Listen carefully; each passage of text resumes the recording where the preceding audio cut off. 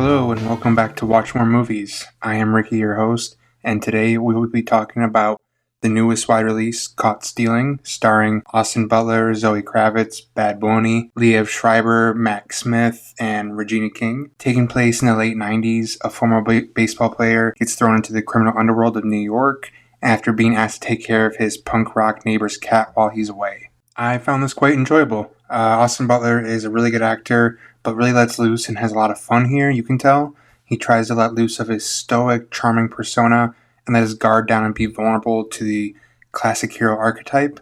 The rest of the cast are really good, Matt Smith being a standout as Austin Butler's neighbor Russ. The rest of the cast are really good as well, with Liev Schreiber and Vincent D'Onofrio as the two Jewish men that were after Russ from the very beginning. Great moments of menace and humor and subtlety from both of them. What I think I found most enjoyable about this, to me personally, was that for director Darren Aronofsky, this felt like the most fun in making a film he's had.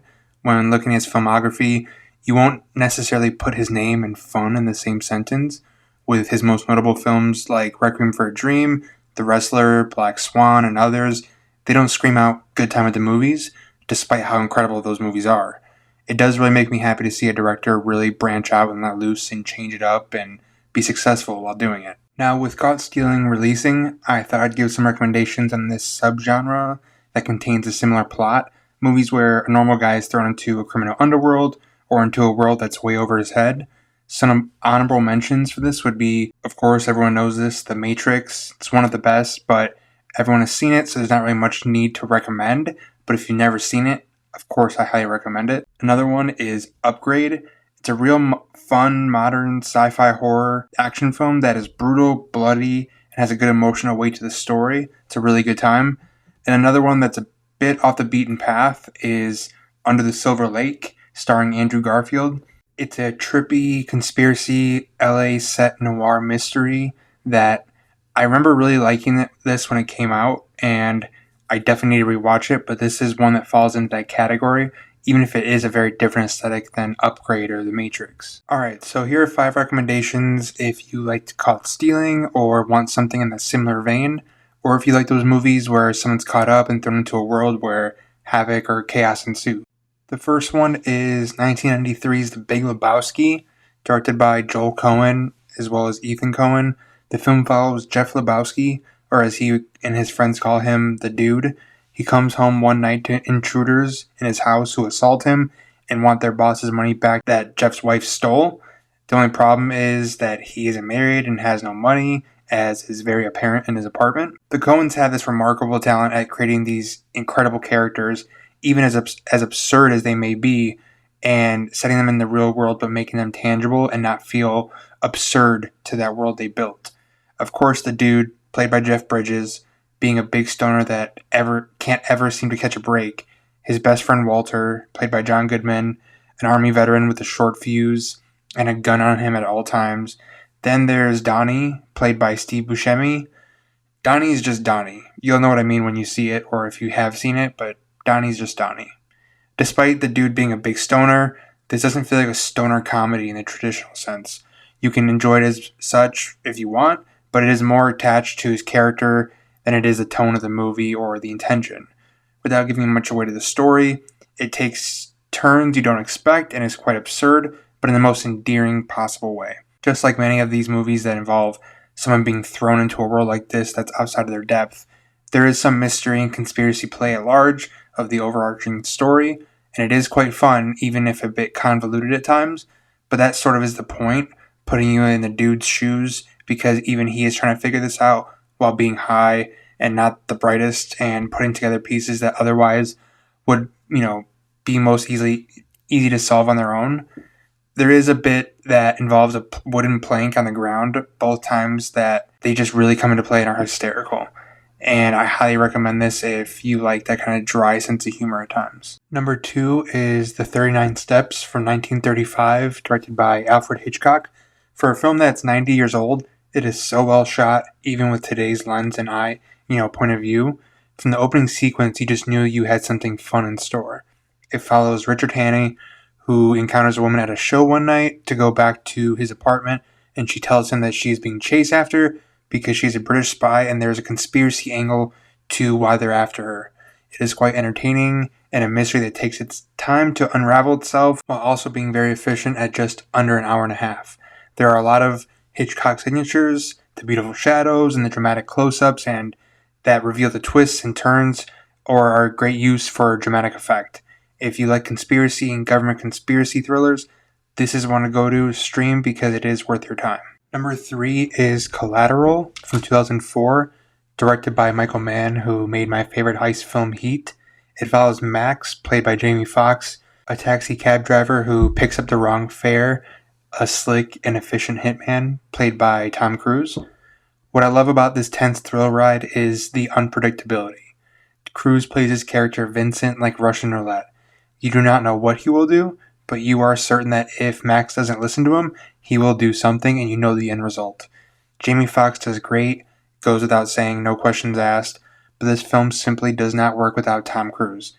Very few could capture his menace, cold calculation, and determination that Cruise brings to the role. He has this charisma about him that you just believe everything he says and you'll go along with it just because he is so convincing as this guy who will do short of nothing to get what he needs done and to do his job. There's minimal to nitpick about Collateral.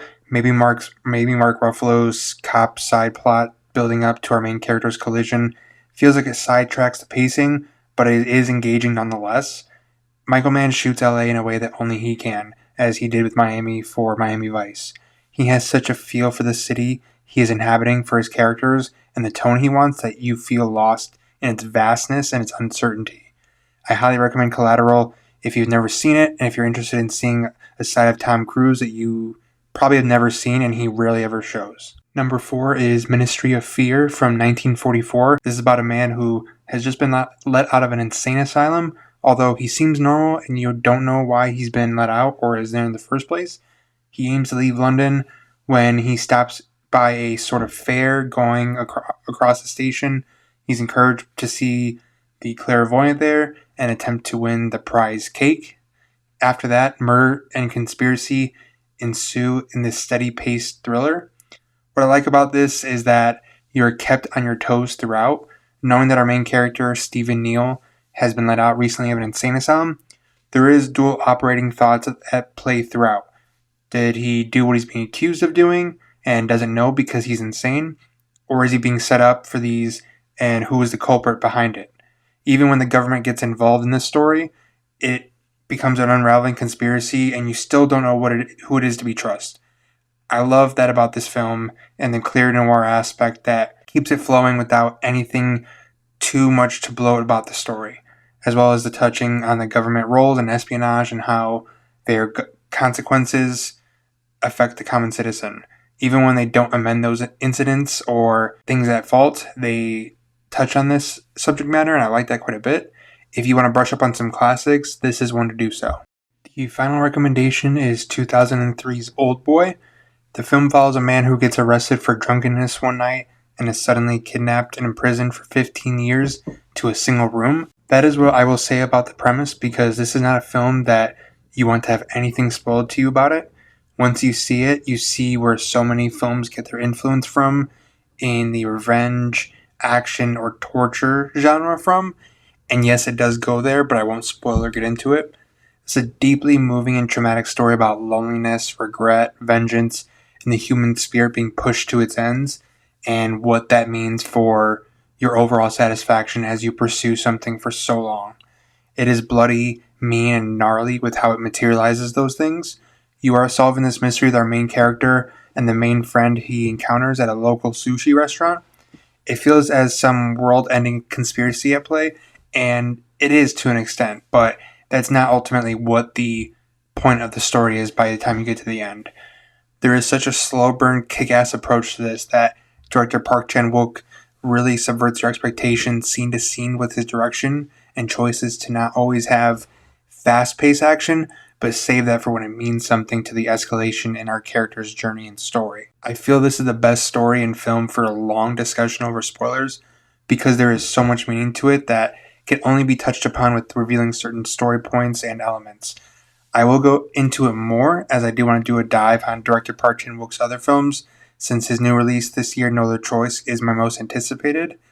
For now, please watch it and do not spoil yourself, not just for shock effect, but if you get spoiled this ahead of time, it is a story that the emotional toll and impact it has by the end is ruined if you know what happens going into it. But for now, please watch it. It is one of the most influential Korean films and foreign films of all time, and you'll see why as soon as you see it. Thank you for listening. That was my thoughts on Caught Stealing and other movies about guys getting caught in the middle of a larger world than themselves. And for this next segment, I'm going to do briefly, I'm going to let everyone know where they can watch these recommendations and stream them as of the day of the release of the episode. We all know streaming sites, they always like to interchange these movies, but as of right now, of this date of this being posted, Caught Stealing you can watch only in theaters. The Big Lebowski on HBO Max. The 39 Steps you can watch on HBO Max or on Tubi for free. And then Ministry of Fear and Oldboy you can't stream for free anywhere at the moment, but you can purchase or rent on any digital retailer. All of them worth checking out. If you really are interested in any of them, I definitely recommend going out and seeking them as soon as possible. Thank you for listening today. The next episode is going to be centered around movies about birthdays, with my birthday coming up at the end of the month. You can keep up to date with the show on Instagram at podwatchmovies or on Bluesky at watchmoremovies.bsky.social. Please subscribe Apple or Spotify or YouTube. The show's link tree is on both Instagram and Bluesky, so check it out. And until next time, watch more movies.